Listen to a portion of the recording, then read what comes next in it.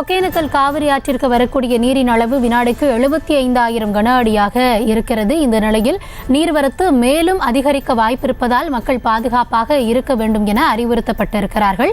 இது குறித்த விவரங்களோடு இணைகிறார் எம்முடைய செய்தியாளர் வெற்றிவேல். வணக்கம் வெற்றிவேல். ஏற்கனவே மாவட்ட நிர்வாகம் தரப்பிலிருந்து கரையோர மக்களுக்கு எச்சரிக்கை விடுக்கப்பட்டிருக்கிறது.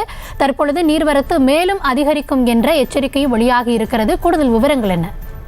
வணக்கம் கௌதமி. அதாவது பார்த்தீங்கன்னா கர்நாடகா மற்றும் கேரளா மாநிலத்தில் தொடர்ந்து கனமழை பெஞ்சிருக்கு. இதனால் கர்நாடகா மாநிலத்தில் இருக்கக்கூடிய கிருஷ்ணராஜன் மற்றும் கபினி அப்புறம் நுகு அணைகள் முழு கொள்ளல் வேட்டியிருக்கு. இந்த அணைகளின் பாதுகாப்பு கருதி கர்நாடகா கவர்மெண்ட் அரசு தொடர்ந்து தண்ணீர் வரப்பும் அதிகரித்து தொடங்கி விட்டுருக்காங்க. இதனால் கிட்டத்தட்ட 75,000-80,000 கனஅடி தண்ணீர் திறந்து விட்டுருக்காங்க. இதனால் தமிழக எல்லையான பிலிகுண்டுலுக்கும் படிப்படியா தண்ணீர் வரத்து அதிகரித்து வந்துட்டே இருக்கு.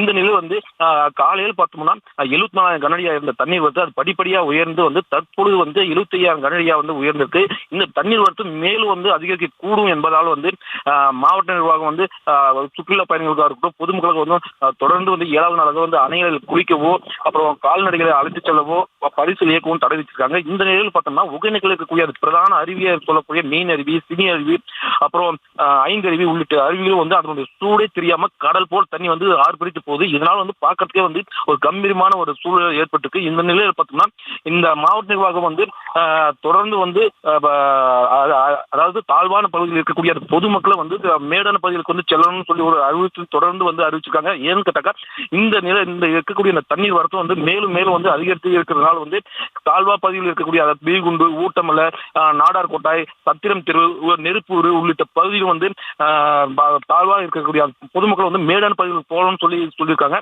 அது மட்டும் இல்லாம மத்திய நீர்வள ஆணையம் தொடர்ந்து தமிழக பில்லிகுண்டுல தொடர்ந்து கண்காட்சிட்டு வந்திருக்காங்க. படிப்படி அதாவது நேற்று 64,000 கனஅடியா இருந்தது. இன்று காலையில் 74,000 கனஅடியா இருந்து தற்போது 75,000 கனஅடியா வந்திருக்கு. இந்த நிலையில் மேலும் தண்ணீர் வரத்தாது அதிகரிக்க கூடுன்றதுனால மத்திய நீர்வள ஆணைய அதிகாரிகள் தொடர்ந்து அந்த தமிழக எல்லையான பிலிகுண்டில் தொடர்ந்து கண்காணிப்பு ஈடுபட்டிருக்காங்க. அது மட்டும் இல்லாம மாவட்ட நிர்வாகம் சார்பாக காவல்துறை, வருவாய்த்துறை, தீயணைப்புத்துறை, அது மட்டும் இல்லாம அத்தனை பேர் இந்த துறையினரும் இந்த ரோந்து பணியில தொடர்ந்து ஈடுபட்டு வந்திருக்காங்க. கௌதமி, விவரங்களுக்கு நன்றி வெற்றிவேல்.